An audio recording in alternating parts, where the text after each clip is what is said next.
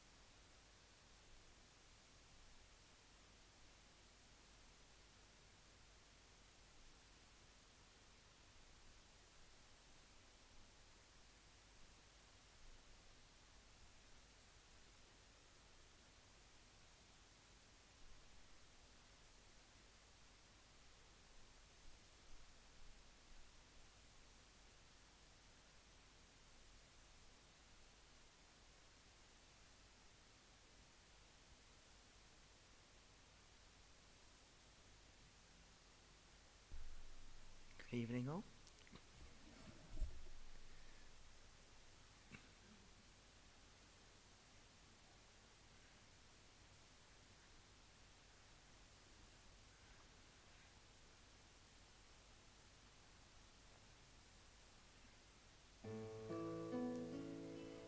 O Blessed One, Shakyamuni Buddha, precious treasury of compassion, bestower of supreme inner peace, you who love all beings without exception, are the source of happiness and goodness, and you guide us to the liberating path. Your body is a wish-fulfilling jewel. Your speech is supreme purifying nectar, and your mind is refuge for all living beings. With folded hands I turn to you, supreme unchanging friend. I request from the depths of my heart, please give me the light of your wisdom to dispel the darkness of my mind, and to heal my mental continuum. Please nourish me with your goodness, that I in turn may nourish all beings with an unceasing banquet of delight. Through your compassionate intention, your blessings and virtuous deeds,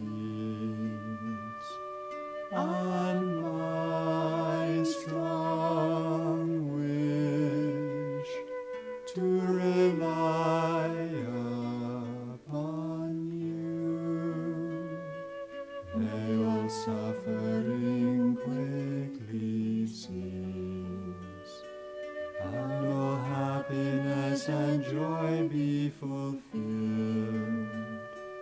and may holy Dhamma flourish forevermore.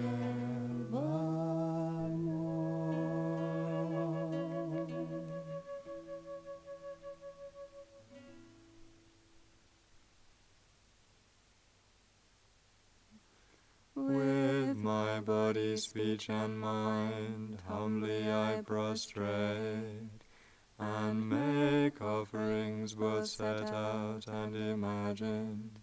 I confess my wrong deeds from all time, and rejoice in the virtues of all.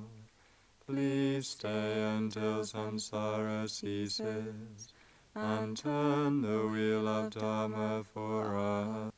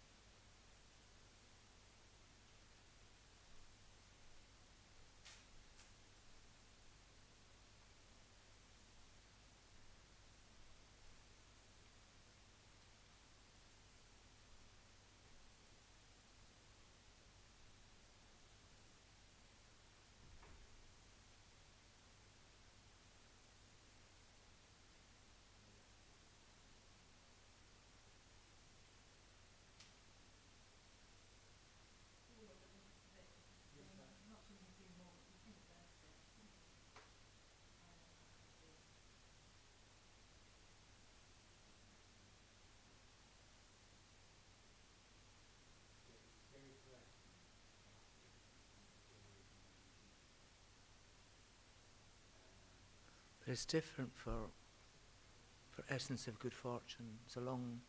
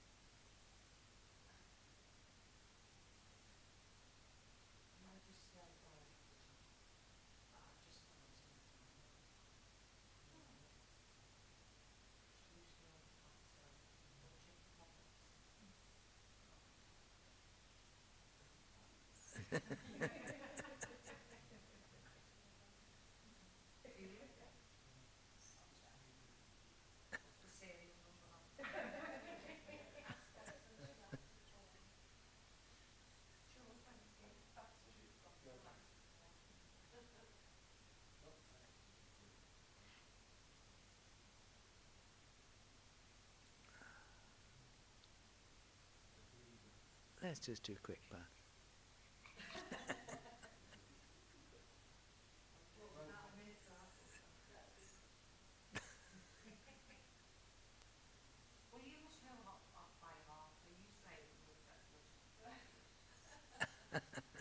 Why must I know it off by heart?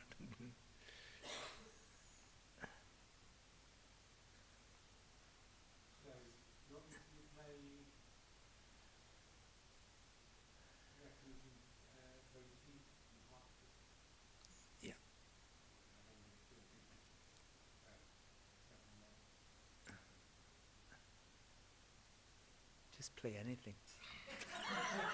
I and all sentient beings until we achieve enlightenment, go for refuge to Buddha, Dharma and Sangha. I and all sentient beings until we achieve enlightenment, go for refuge to Buddha, Dharma and Sangha. I and all sentient beings until we achieve enlightenment, go for refuge to Buddha, Dharma and Sangha. Through the virtues I collect by giving and other perfections, may I become a Buddha for the benefit of all. Through the virtues I collect by giving and other perfections, may I become a Buddha for the benefit of all. Through the virtues I collect by giving and other perfections, may I become a Buddha for the benefit of all. With my body, speech and mind, humbly I prostrate, and make offerings both set out and imagined. I confess my wrong deeds from all time, and rejoice in the virtues of all. Please stay until samsara ceases, and turn the wheel of Dharma for us. I dedicate all virtues to great enlightenment. The ground sprinkled with perfume and spread with flowers, the great mountain for land, sun and moon, seen as a Buddha land and offered thus. May all beings enjoy such pure lands. I offer without any sense of loss the objects that give rise to my attachment, hatred and confusion, my friends, enemies, and strangers, our bodies and enjoyments. Please accept these and bless me to be released directly from the three poisons. Idam Guru Ratna Mandalakam Niryatayami. So now, my most kind root Guru, please sit on the lotus and moon on my crown, and grant me out of your great kindness your body, speech, and mind's attainments. I make request to you, Buddha Shakyamuni, whose body comes from countless virtues, whose speech fulfills the hopes of mortals, whose mind sees clearly all existence. I make request to you, Gurus of the lineage of extensive deeds, Venerable Maitreya, noble Sangha Vasubandhu, and all the other precious teachers who have revealed the path of vastness. I make request to you, Gurus of the lineage of profound view, Venerable Manjushri, Nagarjuna, Chandrakirti, and all the other precious teachers who have revealed the most profound path. I make request to you, Gurus of the lineage of secret mantra, Conqueror Vajradhara, Tilopa, and Naropa, and all the other precious teachers who have revealed the path of Tantra. I make request to you, Gurus of the old Kadam lineage, the second Buddha, Tisha, Drom, Tompa, Geshe, Potawa, and all the other precious teachers who have revealed the union of vast and profound paths. I make request to you, Gurus of the new Kadam lineage, Venerable Tsongkhapa, Jampal Gyatso, Kedrupje, and all the other precious teachers who have revealed the union of Sutra and Tantra. I make request to you, Venerable Khalsang Gyatso, protector of a vast ocean of living beings, unequal teacher of the paths to liberation and enlightenment, who accomplish and explain everything that was revealed by the fourth deliverer of this fortunate eon. I make request to you, my kind precious teacher, who care for those with uncontrolled minds, untamed by all the previous Buddhas, as if they were fortunate disciples. Please pour down your inspiring blessings upon myself and all my mothers, so that we may quickly stop all perverse minds, from disrespect for our kind teacher, to the most subtle jewel appearance. Please pour down your inspiring blessings, so that we may quickly generate pure minds, from respect for our kind teacher, to the supreme mind of union. Please pour down your inspiring blessings, to pacify all outer and inner obstructions. Please pour down your inspiring blessings upon myself and all my mothers, so that we may quickly stop all perverse minds, from disrespect for our kind teacher, to the most subtle jewel appearance. Please pour down your inspiring blessings, so that we may quickly generate pure minds, from respect for our kind teacher, to the supreme mind of union. Please pour down your inspiring blessings, to pacify all outer and inner obstructions.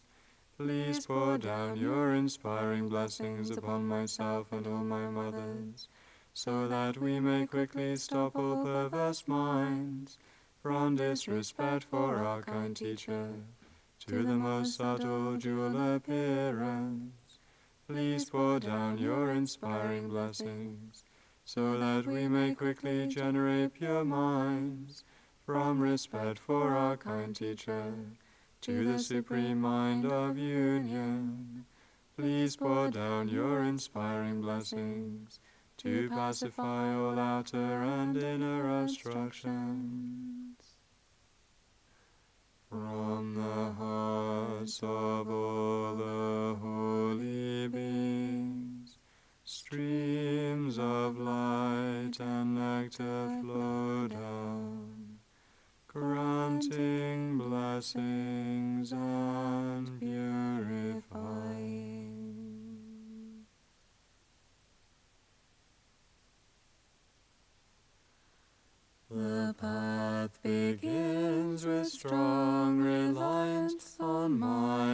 and teacher, source of all good.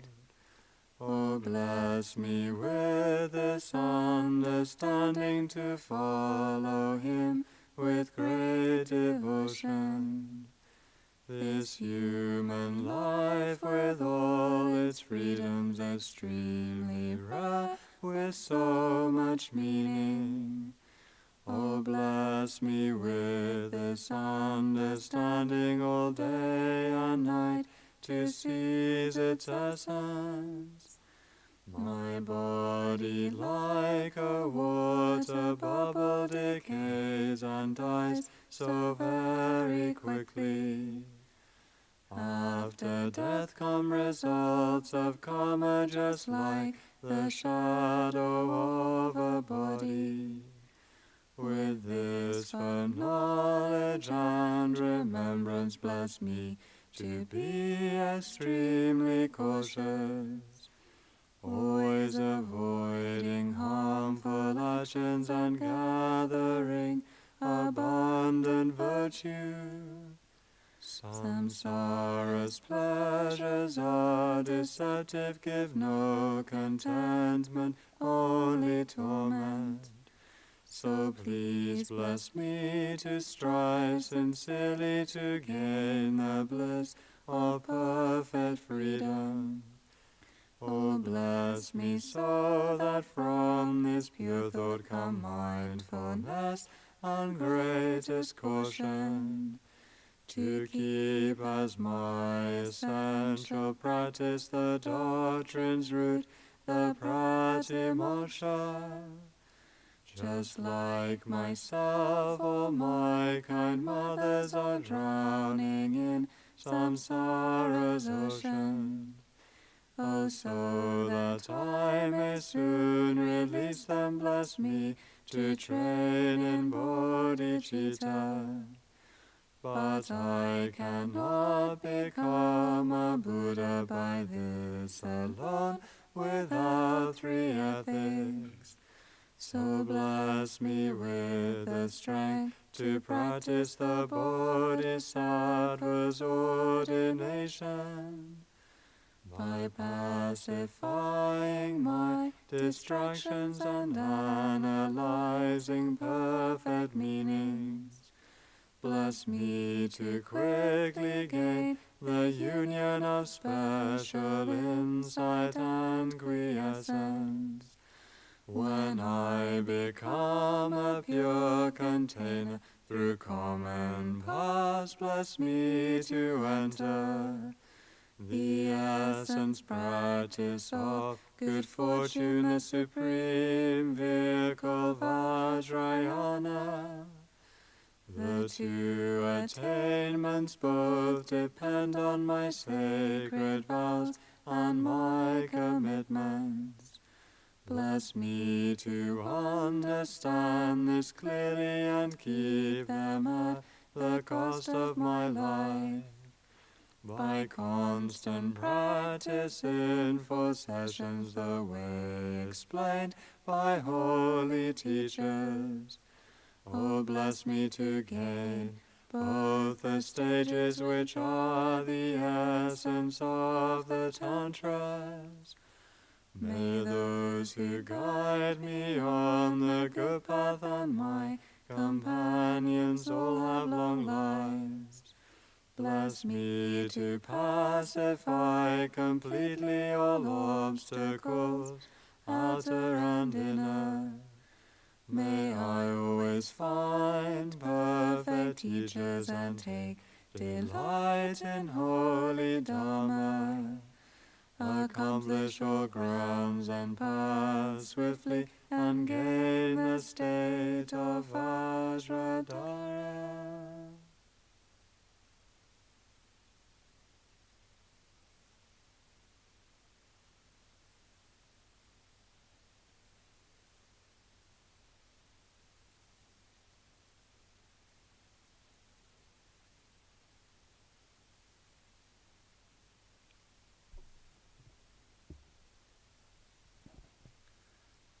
And so we can meditate.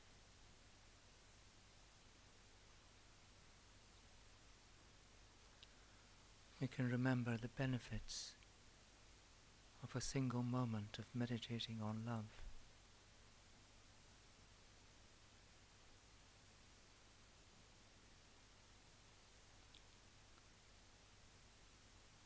We create more merit than we would if we were to feed every living being.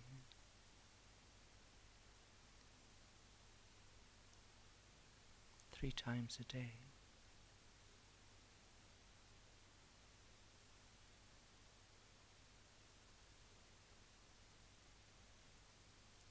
Just one single moment of meditating on love.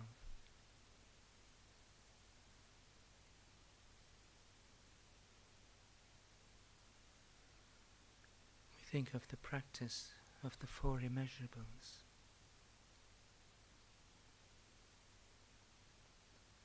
The first line, may everyone be happy,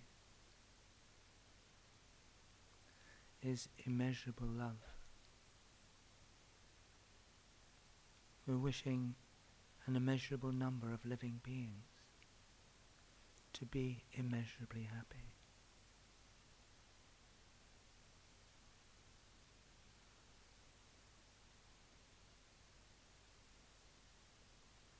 It's an immeasurable prayer, an immeasurable wish, and an immeasurable superior intention.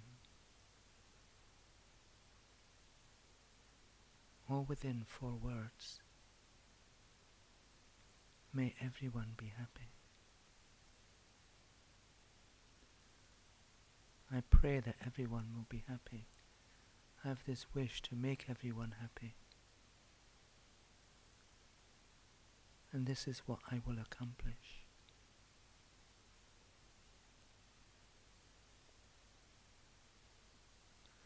So just meditate on the words.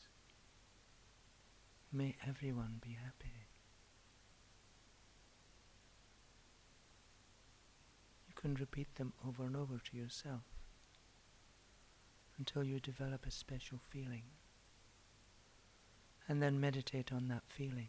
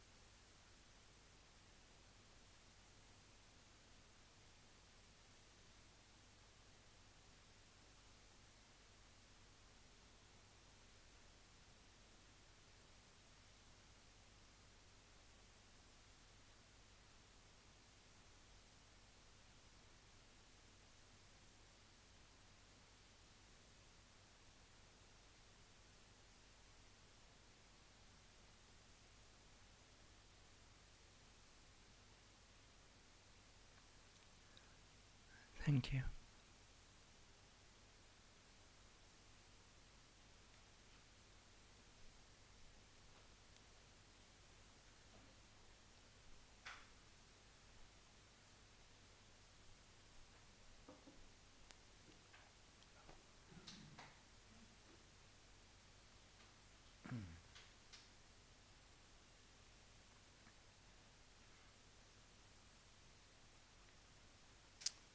The root text,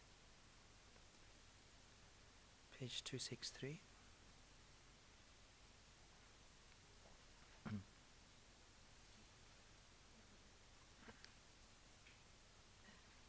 With the intention to attain the ultimate supreme goal that surpasses even the wish-granting jewel, may I constantly cherish all living beings. Whenever I associate with others, may I view myself as the lowest of all, and with a pure intention may I cherish others as supreme. Examining my mental continuum throughout all my actions, as soon as a delusion of self-cherishing develops, whereby I or others would act inappropriately, may I firmly face it and avert it. Whenever I see unfortunate beings oppressed by evil and violent suffering, may I cherish them as if I had found a rare and precious treasure.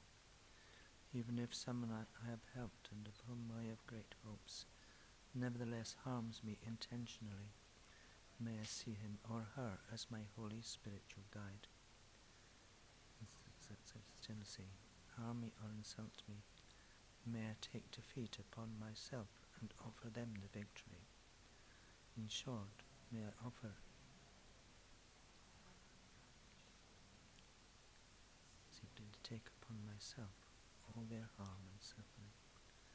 Furthermore, through all these above practices, together with a mind undefiled by the stains of conceptions of the eight extremes, and that sees all phenomena as illusory, may I and all living beings be released from the bondage of mistaken appearance and conception. And the condensed meaning.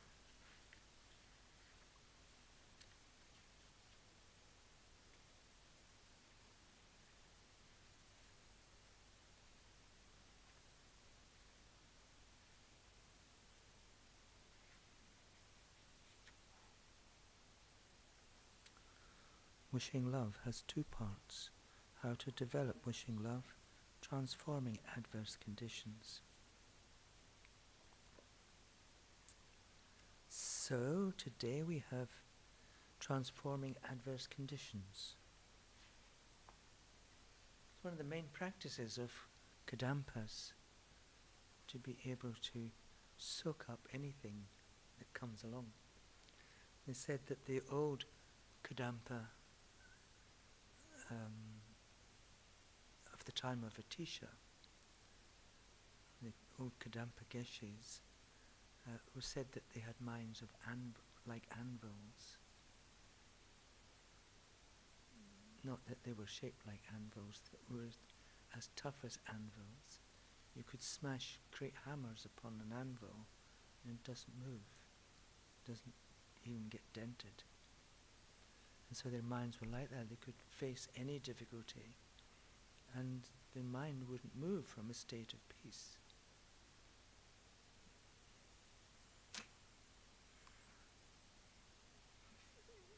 Anyone like that?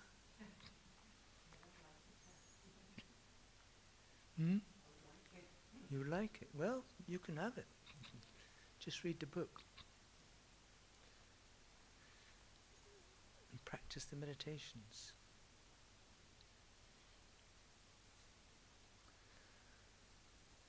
When things are going well and people are kind and treating us with respect, it's not difficult to wish for them to be happy.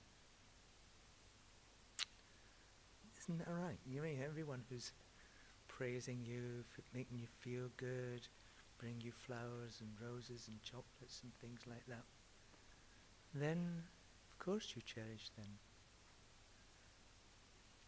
But when they stop, if our love for others diminishes as soon as they cause us problems or fail to appreciate us, this indicates that our love is not pure. For as long as our good feelings for others are conditional upon their treating us well, our love will be weak and unstable. We will not be able to transform it into universal love. It is inevitable that people will sometimes respond to our kindness in ungrateful and negative ways. And so it is essential that we will find a way of transforming this experience into the spiritual path. So you remember the verse, even if someone of whom I had great hopes nevertheless harms me intentionally, may I see him or her as my holy spiritual guide. So we have expectations about how other people will treat us because we've cherished them, we've been kind to them and so on. But for some reason or other, which may or may not be to do with ourselves or our own actions, they humiliate us. They cause us harm. So how do we respond to that? Get angry? Get angry with them? So easy to respond like that. But what Geshe Langri Tangpa is saying is use this experience to improve your mind, improve your understanding, develop the realization of samsara. What do you expect? You're in samsara. You think you were out of samsara when in a pure land or something? You're not. You're in samsara, and so people will treat you like this. You've got to expect it. But it doesn't mean to say you stop caring for them and stop loving them. Maybe you just have to love them more. What was it? There's a quote, I know Venerable Geshe has mentioned Mother Teresa several times. Not recently, but in the past. And one of the things that she said about love was, love until it hurts, and then love some more.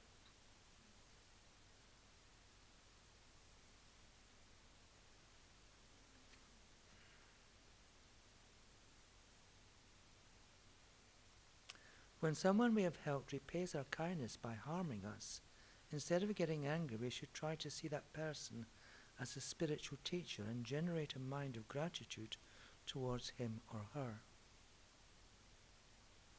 So we just say, thank you. Thank you for harming me. Do it again. Yeah. Just keep humiliating me. I need it. It destroys my pride. And it strengthens my renunciation.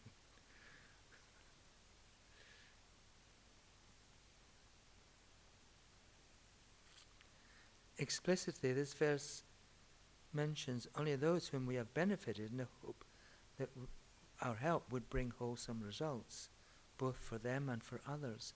But implicitly, it includes anyone who harms us. There are various lines of reasoning we can use to develop this special recognition. So there's in universal compassion, there's transforming adverse conditions by a special line of thought. And so there are two lines of thought. One is method, which is generating love and compassion and bodhicitta, and renunciation and love and compassion and bodhicitta. And the other one is with wisdom, strengthening our realization of emptiness, and also understanding of karma. Because when somebody's harming you, this is your own karma ripening.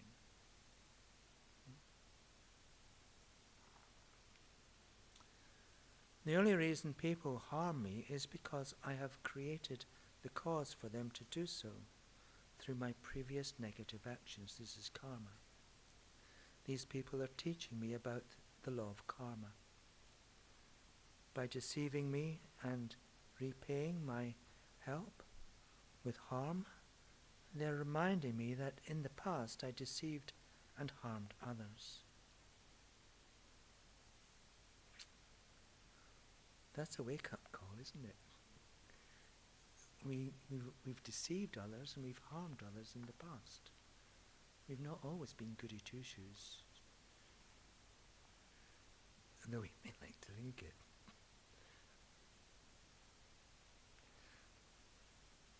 They are betraying me only because I betrayed them or others in previous lives. They are encouraging me to purify my negative karma and to refrain from harmful actions in the future. How kind they are. They must be my spiritual guide, emanated by Buddha Amitabha. So remember, Buddha Geshe Angri Tangpa is a manifestation of, or an emanation of Buddha Amitabha. And Geshe's teacher, Trijang Rinpoche, was an emanation of Amitabha. Do you remember it explains that earlier? It's good not to forget what we read before. By thinking in this way, we transform a situation that would normally give rise to anger or self-pity into a powerful lesson in the need for purification and moral discipline.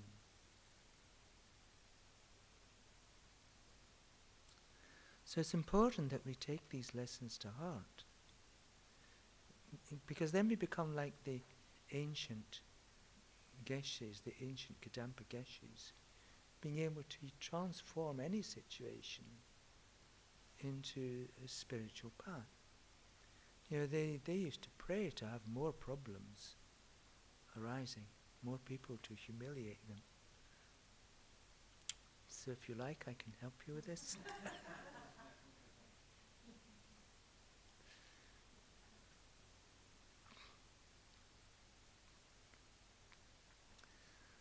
Alternatively, we can think, this experience shows me that there is no certainty in samsara.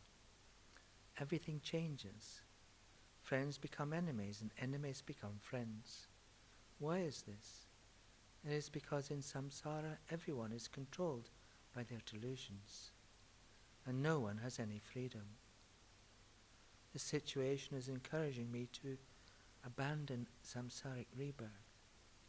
So instead of getting angry or discouraged, I must abandon samsaric rebirth and generate the joyful mind of renunciation. It's reminding us that renunciation is a joyful mind, because we're bound for, we understand that what we're doing is creating the cause for us to become free of samsara. So it's like we're thinking, I'm bound for higher ground.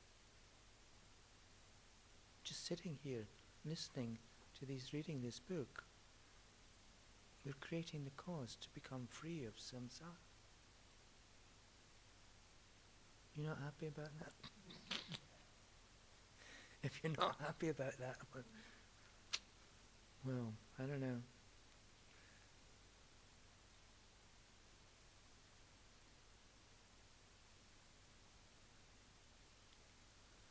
A sincere wish, renunciation, a sincere wish to attain the permanent inner peace of liberation. See, Sue was wishing earlier to have this permanent inner peace. She's got it. You go and rub her arm or something.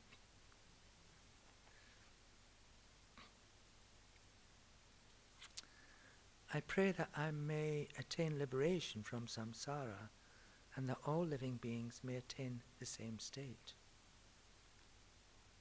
So this is kind of recognizing our condition, our relationship between what we consider self and the external world.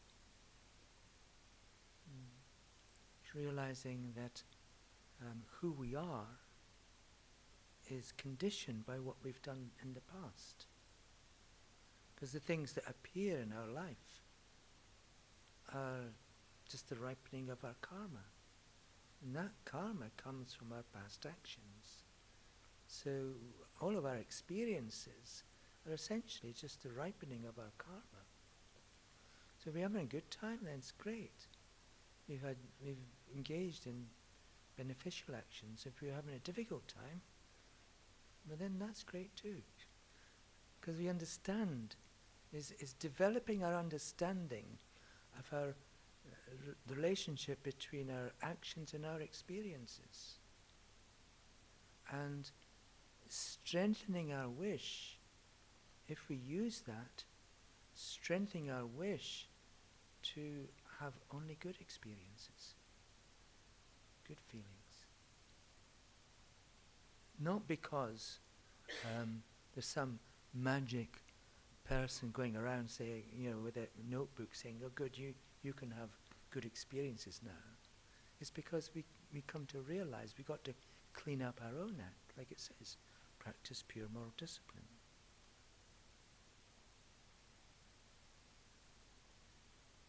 Overcome our delusions and stop engaging in hurtful actions. Get rid of your anger. Replace it with a mind of love and compassion and so on. And in the process, so this, the difficult experiences we're having are reminding us that we have more work to do. We understand the process already, but it's reminding us that we have more work to do. Yeah? So if you have difficult relationships, how wonderful.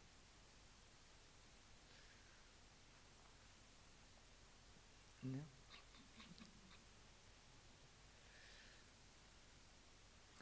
By following this line of reasoning, we view the person who is treating us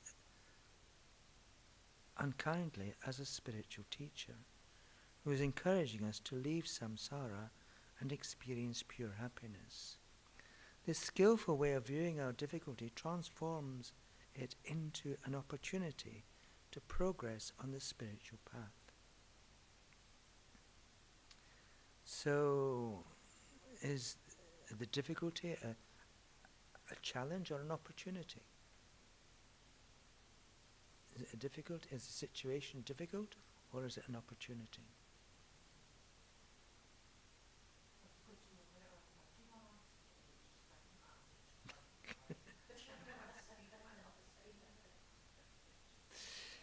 Yeah, we can answer it at the end. You can, or you can discuss with. Stop saying it like you want to answer, like we're all looking at you. I'll leave you sitting there. I'm just asking you to think about it. You don't have to speak at this point.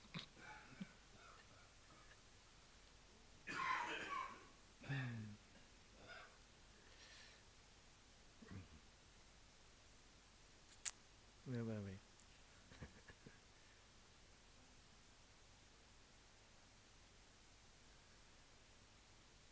So this skillful way of viewing our difficulty transforms it into an opportunity to progress on the spiritual path. Since this person is teaching us a profound lesson about the nature of samsara and having such a beneficial effect on our mind, he or she is supremely kind. So where is this thing called samsara? In your mind, yes. Where else could it be? It's not, because all the things that appear to us, that appear to be external, they're not. They're simply appearances and nothing more. We know that, right? You all came to the day course on emptiness, right? So we know that everything that's appearing is simply that, just an appearance. And so, when difficult things are appearing, we can use it to transform our mind even more. And by affecting this transformation, eventually all those difficult things will just drop away. And eventually all we'll experience is pure experiences, pure appearances. Everyone who appears to us will be a source of great joy and happiness. And every place will be a source of great joy and happiness.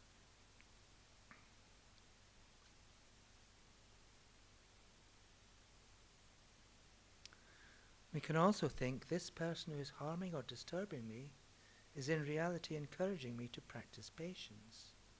And since it is impossible to make progress on the spiritual path without developing the strong mind of patience, he or she is of great benefit to me. You may remember the story of Atisha's cook. Yes. Yeah. Atisha brought his cook with him from India when he came to Tibet, and Atisha's cook was always insulting all the other Tibetans, saying their cooking was awful, disgusting. The food was disgusting, and he would also insult his master, Atisha, as well. And the Tibetans got fed up being humiliated by this horrible person, so they said to Atisha, please send him back to India. We'll get you a nice Tibetan cook. And do you remember what Atisha said?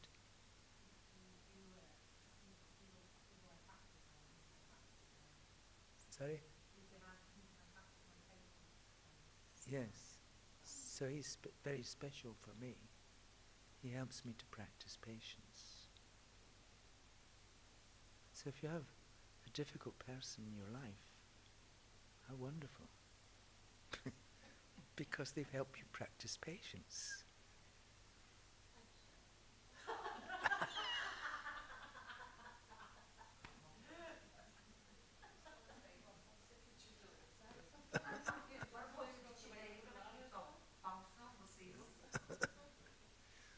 And you should be thinking when others out of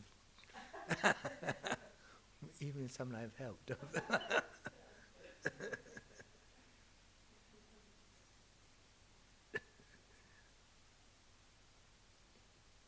Patience is a mind motivated by a virtuous intention that happily accepts difficulties or harm from others. A person with no patience has no stability of mind and is upset by the slightest obstacle or criticism. In contrast, when we develop real patience, our mind will be like as stable as a mountain and as calm as the depths of an ocean. With such a calm, strong mind, it will not be difficult to perfect the spiritual realizations of universal love, great compassion, and bodhicitta. So Genla Daekyung has a video clip at the moment. It's called How to Have a Mind as Stable as a Mountain. So you should go and watch it on YouTube. Or even better, go and listen to her teaching this weekend.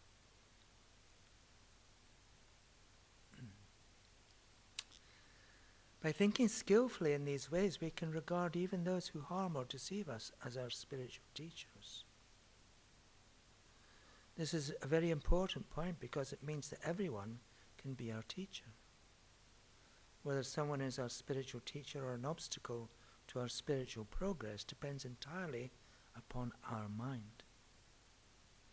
In many ways, those who harm us are the kindest of all because they shatter our complacent view that sees samsara as a pleasure garden and like a powerful spiritual guide.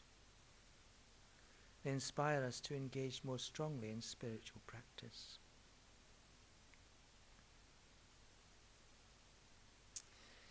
Probably I would say that for most of us, we end up seeking Buddha's teachings, seeking refuge, because we've had some difficult people in our life. No? I'd say 99%. Sorry? I'd say 99% of us. Yeah. Yeah.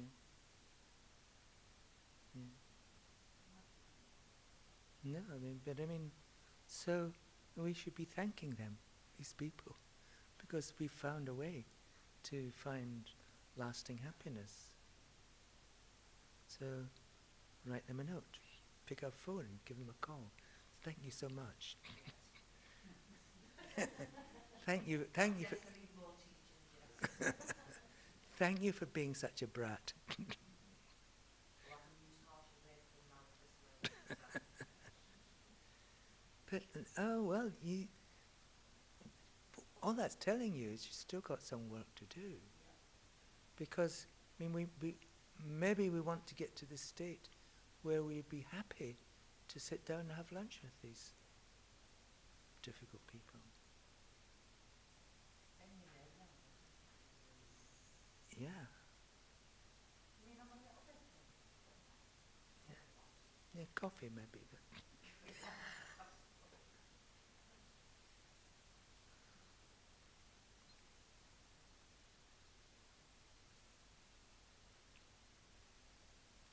so they shatter our complacent view that sees samsara as a pleasure garden.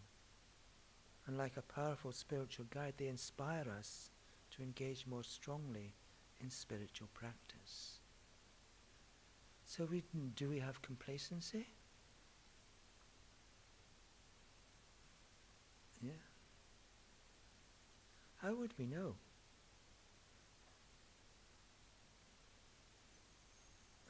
Well, if we feel irritated when someone harms us, then I guess we're complacent. If we're not there yet.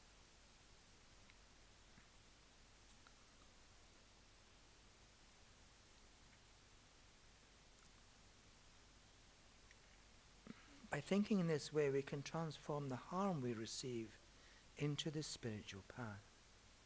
And instead of being discouraged, we can learn to cherish even those who harm us. It is especially important to have this attitude towards our close friends and family. Since we spend so much time with them, it would be very beneficial if we were to regard them as pure spiritual teachers. So you may remember the analogy of the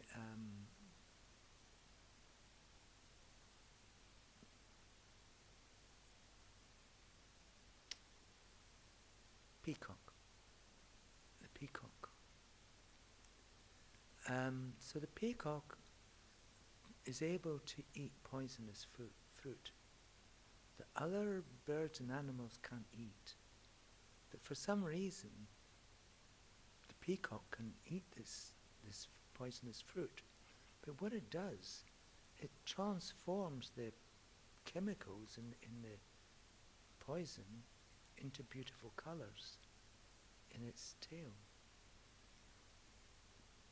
So this is like the bodhisattva who takes difficulties that we experience in our life and transforms it into something very beautiful. Like renunciation, like pure moral discipline, like love and compassion. So be like a peacock.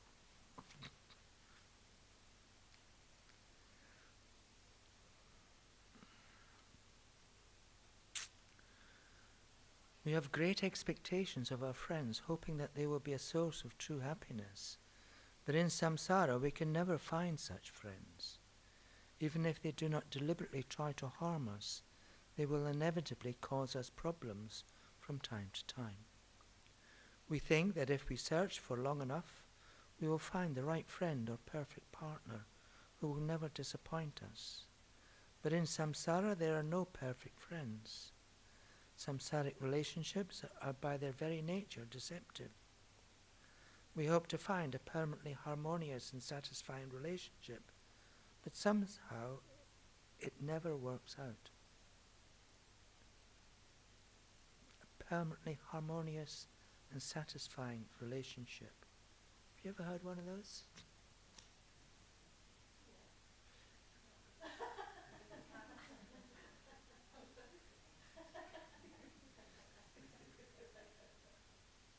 Oh, this is hard for you two, isn't it?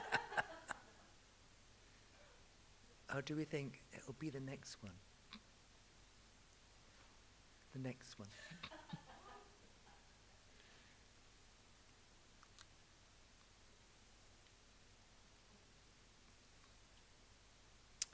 There is no need to blame the other person for failing to live up to our expectations.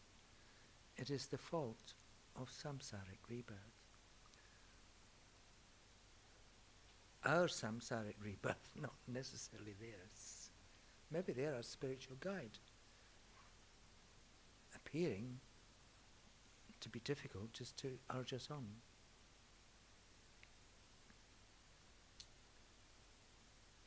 Having taken rebirth in samsara, we have to experience unsatisfactory relationships.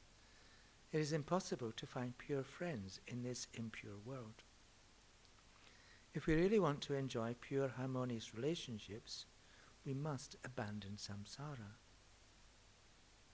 Therefore, whether our friends let us down, or when our friends let us down, we should not get angry with them, but instead regard them as spiritual teachers who are showing us the faults of samsara.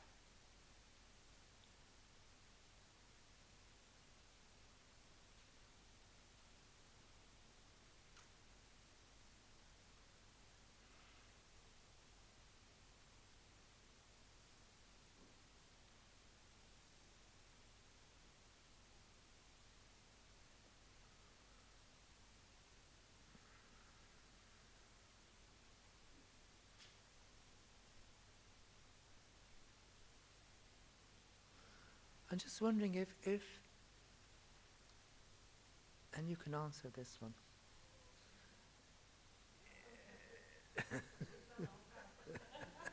Yeah. If that moment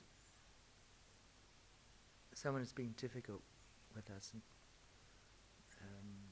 harms us intentionally, and we transform it into something positive. In that, and we regard, essentially, we're viewing them as our spiritual teacher. Is that still a samsaric relationship?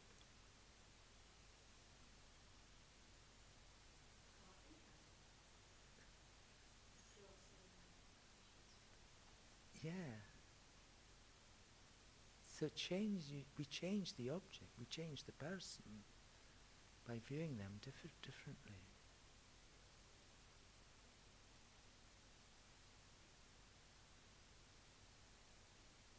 Because there's no person other than the appearance. And how the meaning of that appearance is determined by our own mind. So do we not change the person by viewing them as our spiritual guide?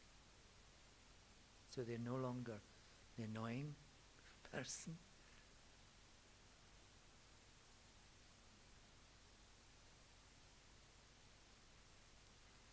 So we can stay in that relationship then. You don't have to run away from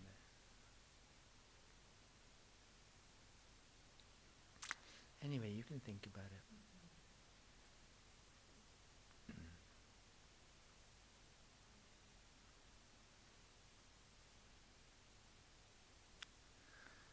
Samsaric places are also by nature deceptive. We think that by moving house, moving away from the city or moving to a different country, we will find a place where we can be really comfortable and happy. But for as long as we remain in samsara, we will never find such a place. We have moved so often, but still we are not satisfied. When we visit a new area, it seems so beautiful, and we feel that if we lived there, all our problems would be solved. But once we have actually moved, new problems soon begin to surface. There are no places in this world where we will not experience any problems. If we wish to live in a pure environment, or to find a place where we will always feel at home, we need to purify our mind by developing universal love and compassion.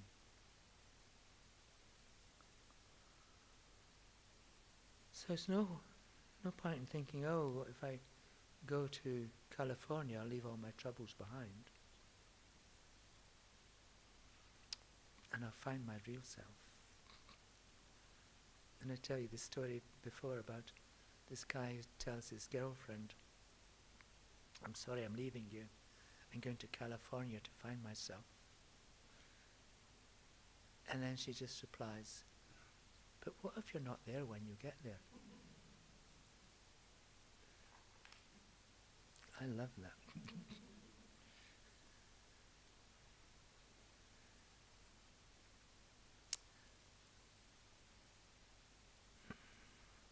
Although we spend our lives searching for happiness in samsara, moving from friend to friend and from place to place, we will never find true happiness.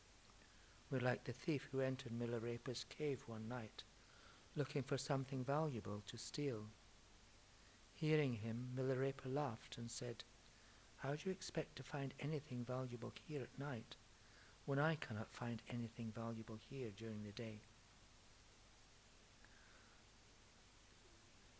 You've probably heard this analogy, this quotation many times, but here Geshe gives an explanation. How can we expect to find happiness in the empty cave of samsara while obscured by the darkness of our delusions? When all the Buddhas with their omniscient wisdom have been unable to find it.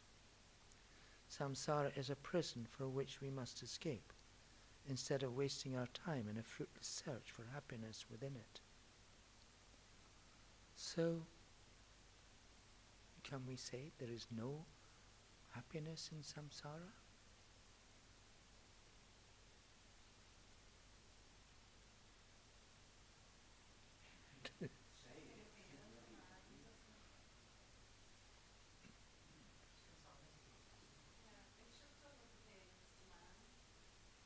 Yes, and also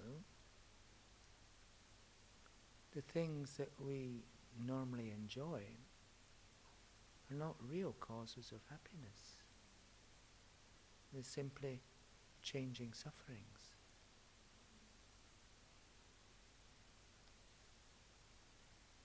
And yet we cling to them, deceiving ourselves into thinking, oh, this is real happiness. Not really realizing this is just a reduction in my suffering.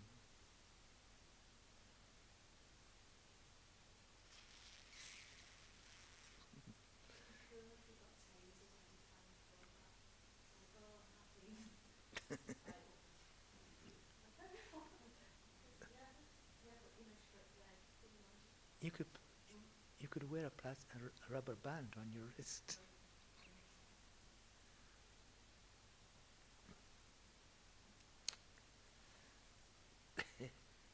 I was just thinking about my son, who was delighted to have a new member of his family. It was just the two of them, and then this little girl comes along, and he's delighted, and now he's realizing it's not so great. The children are true sufferings. He thought this was a solution to his loneliness problem. Yeah.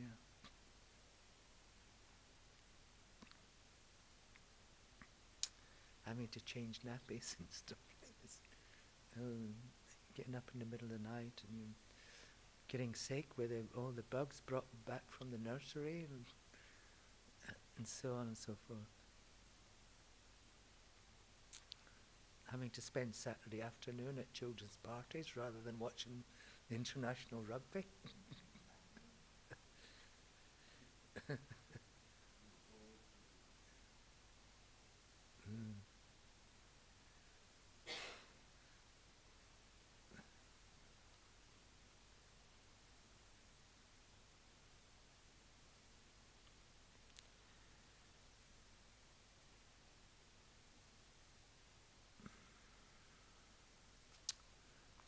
Where do we get to? Oh yeah, samsara is a prison from which we must escape instead of wasting our time in a fruitless search for happiness within it. Genla Dekyong used to give a teaching on fruitless search.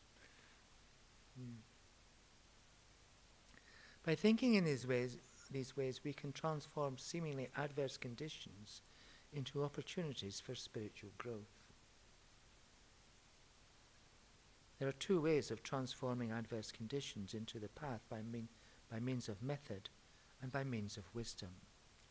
We have within us the seeds of Buddhahood, but to transform these seeds into the perfect body and mind of a Buddha, we need both to nurture them and to free them from any obstructions to their growth.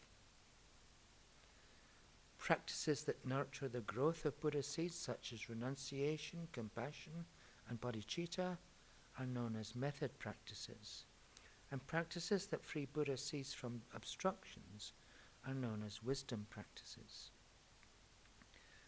When we use our adversities to strengthen our experience of renunciation, cherishing others, and so forth, we are transforming adverse conditions into the path by means of method.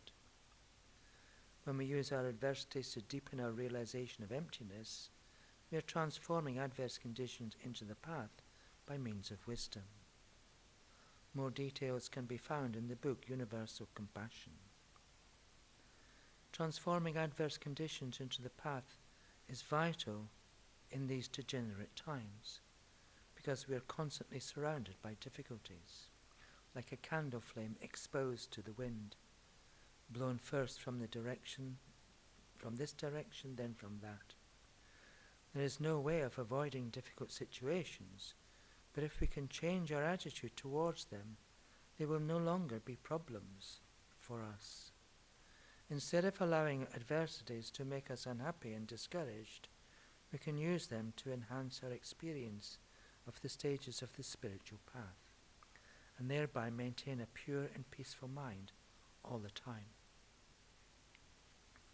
In Wheel of Sharp Weapons, Dharmarakshita explains that all the difficulties we experience in this life are the result of the negative actions we committed in previous lives or earlier in this life.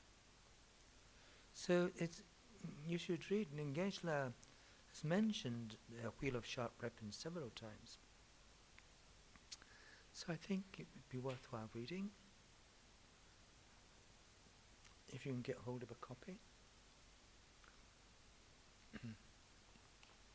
It explains the relationship between our past actions and current conditions, current experiences. If we find it difficult to fulfill our wishes, it is because in the past we prevented others from fulfilling theirs. If we are separated from our friends whom we love very much, it is because we interfered with other people's relationships. If we cannot find trustworthy friends, it is because we deceived people. If our body is racked with sickness, it is because we inflicted physical pain on others. If people find us unattractive, it is because we were frequently angry with others. If we are poor, it is because we stole others' possessions. If we have a short lifespan, it is because we killed others. Dhammarakshita lists many such examples of actions and their effects that are explained by Buddha in sutras such as the 100 Actions Sutra and the Vinaya Sutra. If we read these sutras, we will be able to recognize all the difficulties we experience in our daily lives as a wheel of sharp weapons that return full circle upon us for the harm we have caused.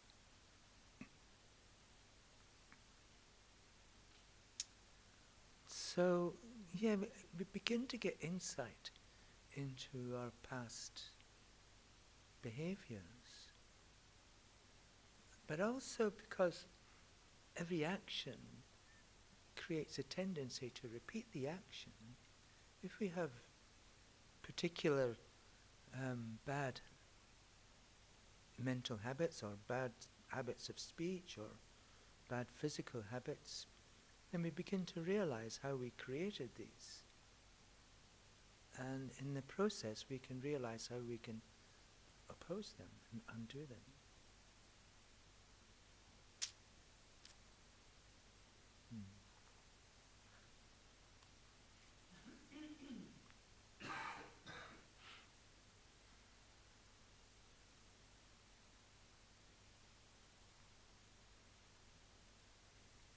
It is important to understand the relationship between actions and their effects. Our normal reaction when faced with a problem is to try and find someone to blame. But if we look at the situation with wisdom, we will realize that we created the cause of that problem through our negative actions. The main cause of all our problems is necessarily a negative bodily, verbal or mental action that we ourselves created in the past. Other people's actions are only secondary conditions that enable our negative karma to ripen. If they do not provide the conditions for our negative karma to ripen, someone or something else definitely will. For once the main cause has been established, unless we purify it through purification practice, nothing can stop the effect from occurring sooner or later. Instead of blaming others for our problems, we should use our misfortunes to deepen our understanding of karma.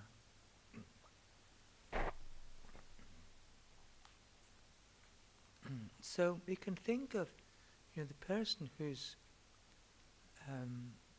insulting us, humiliating us, causing us harm, as an innocent bystander in our own drama that we've created, in the ripening of our karmic potentials that we've already created. If it wasn't them, it'd be somebody else.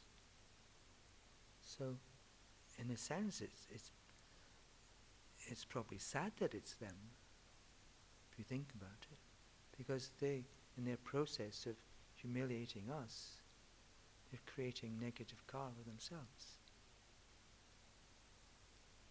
So we're the object of their delusions. We're acting as the object of their delusions. And so you remember the verse, the third verse, examining my mental continuum throughout all my actions. As soon as a delusion of self-cherishing develops, whereby I or others would act inappropriately. So we're kind of not just protecting ourselves from harm, we're protecting other people from harm. May I firmly face it and avert it.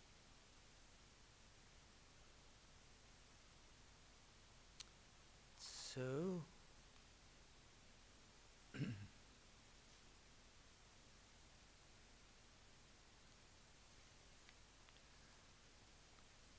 by training our mind to recognize the spiritual lessons in all our experiences, we can come to view everyone and everything as our spiritual teacher, and we can turn any and every situation to our advantage.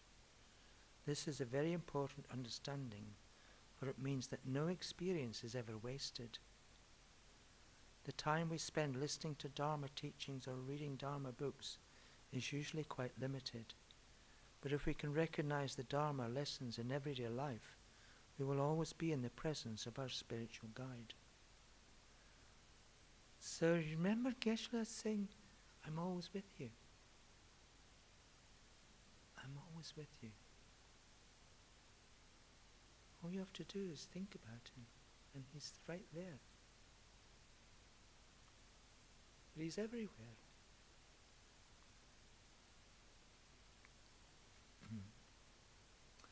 As Milarepa said, I don't need to read books. Everything that appears to my mind is a Dharma book. Even the sound of the wind in the trees is telling me something. Just looking at a forest, you see new growth and you see old growth, and trees lying on the ground, decaying. All things confirm the truth of Buddha's teachings and increase my spiritual experience. So we'll go on to the end. It was because Milarepa saw everything as the spiritual teacher, as his spirit, that he progressed very swiftly along the spiritual path and attained full enlightenment in that one lifetime. The Lam Rim teachings explain that the function of a Buddha is to reveal holy Dharma and to bestow blessings. Because our spiritual guide performs these functions, from our point of view, he or she is a Buddha. In a similar way, for a qualified practitioner of training the mind, all living beings are spiritual teachers, and all situations are Dharma lessons. If we can hold this special recognition with mindfulness, there will no longer be any obstacle to our spiritual practice, because all our daily experiences will become meaningful and will serve us to increase our good qualities. If we are skillful, whoever we see can teach us about the law of karma. When we see or hear about poor people, we can reflect that the experience of poverty is the result of not having practiced giving in the past. This will encourage us to practice giving. When we see animals, we can think that they have taken lower rebirth because they did not practice moral discipline, and are thus teaching me that I must observe pure moral discipline now. In a similar way, those suffering from anger are teaching me how important it is to practice patience. And all these trapped in the prison of samsara are teaching me that I must abandon laziness and apply great effort to attain a permanent cessation of samsaric rebirth, and to help everyone else to do the same. By thinking in this way, we will gradually gain a deep experience that all living beings are giving us the priceless gift of Dharma teachings.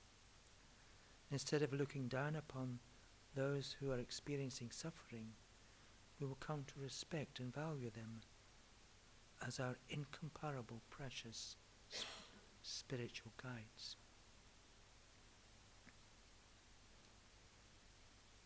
So you can discuss.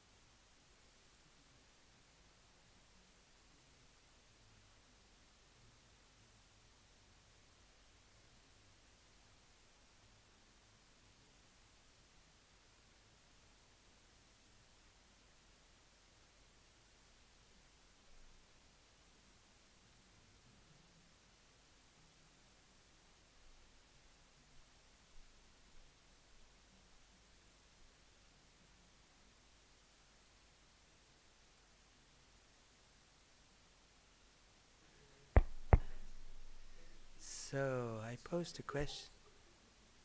I posed a question earlier that if you're seeing someone as your spiritual guide, are you still in samsara in that moment? So my intention in asking that question was so you could think about it yourself and work out the answer to yourself. So there's things that you might consider. What would it be like if we were out of samsara? What would be appearing to our mind?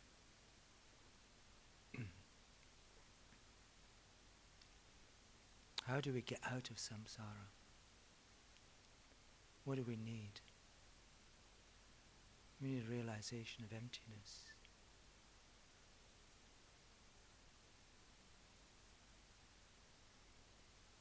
So, but in that moment, do we have self-grasping? I mean, we can have, there are no doubt times when we are free of self-grasping. But in order to be out of samsara, we have to be permanently free of self-grasping ignorance. So when you're meditating on emptiness, for example, do you have self-grasping ignorance? If you're meditating correctly on emptiness of the self, the answer is no, you don't. But as soon as you wake up, arise from meditation, you're back in self-grasping ignorance. So,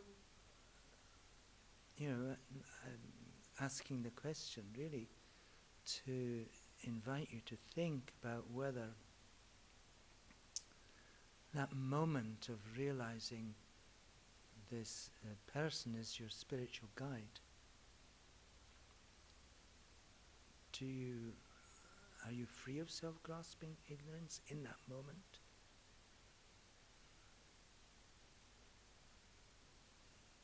You can think about it. Give me your answers next week.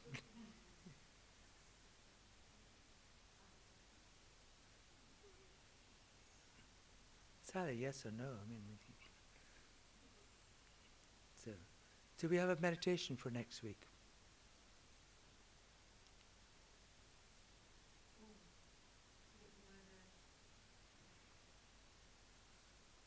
Do you remember that part of the discussion is to reach a conclusion, which is the object of meditation for the following week, and to help each other learn the outlines, condensed meaning. It's not that difficult, it's only 2 lines. Could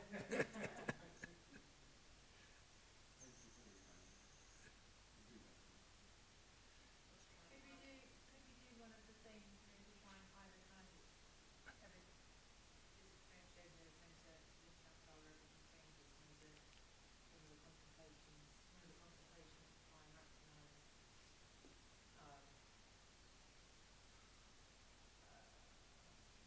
one of the three italics. One of the three italics, all three of them are really powerful, aren't they? When they're trying to think about something. Well, I don't need to read books. Is that? The only reason he put harmony is because I've created the pause for them to do it. Those lots of one. That's what I was going to say. I think I'm going to shut up and someone else can progress the meditation actually. This experience shows me that there's no certainty in samsara. Well, they're all brilliant, aren't they? Yes. This person who's harming or disturbing me is in reality encouraging me to practice patience. I think that's a good one. I think that's brilliant. Yeah. Buddha said patience is the greatest prayer. Because if we get patience, then it gives us an opportunity to develop wisdom and love and compassion. Yeah. Because it means we're just accepting whatever's happening. We're not rejecting what's appearing in our life.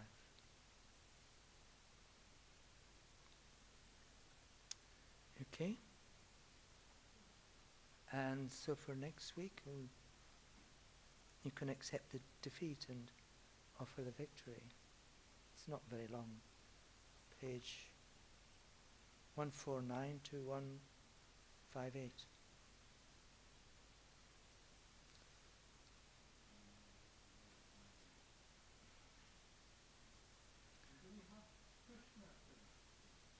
Do we have what? Discussion. Oh, Every fourth class, it's every fourth class, this is the second one, next week will be the third class. right. So that would be a good discussion then. So this is an interesting section.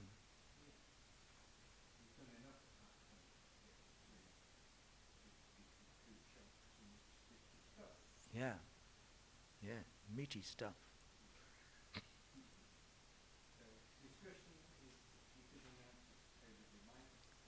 So discussion will be in 2 weeks' time. Might be a post, that might be my intentions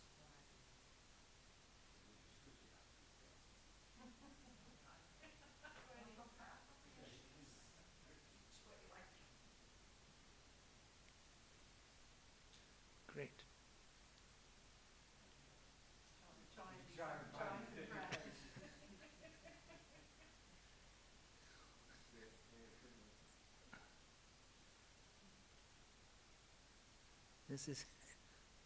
This is essence of good fortune.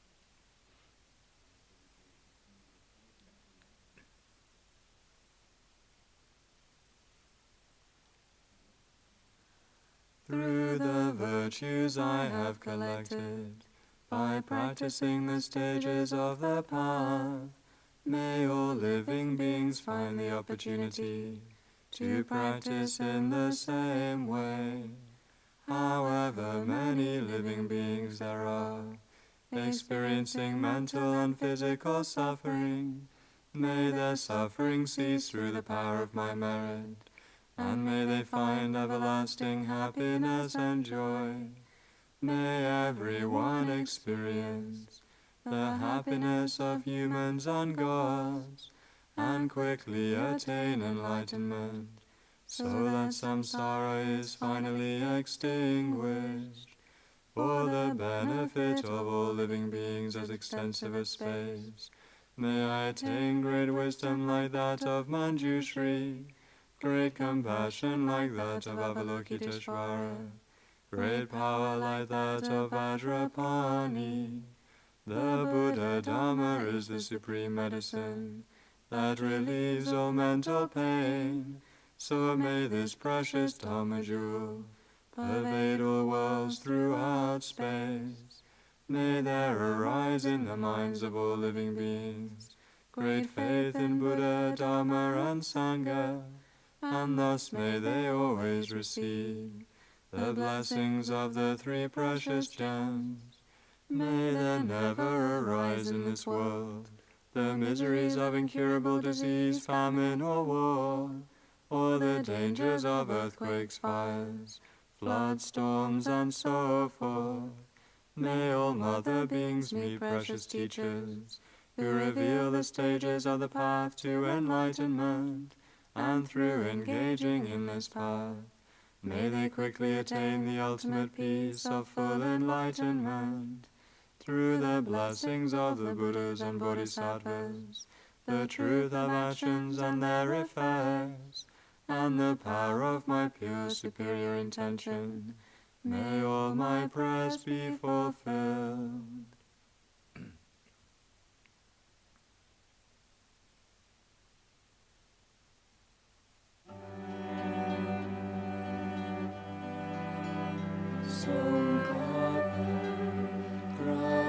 Ornament of the scholars of the Lord of the Snows.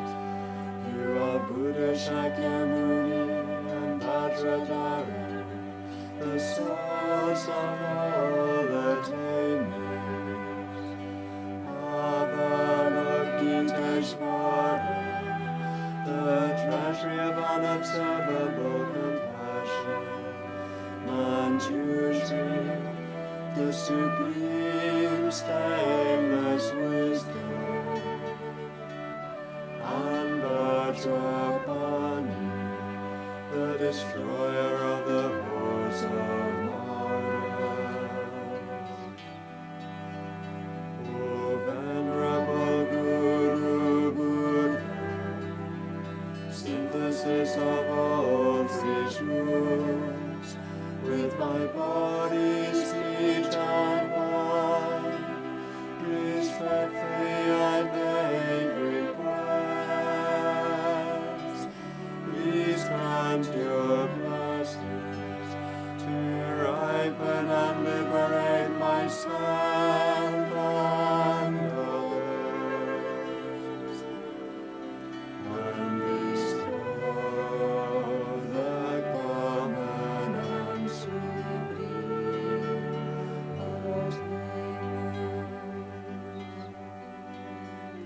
Sankapa, crown ornament of the scholars of the land of the snows, pure Buddha Shakyamuni and Vajradhara, the source of all attainments.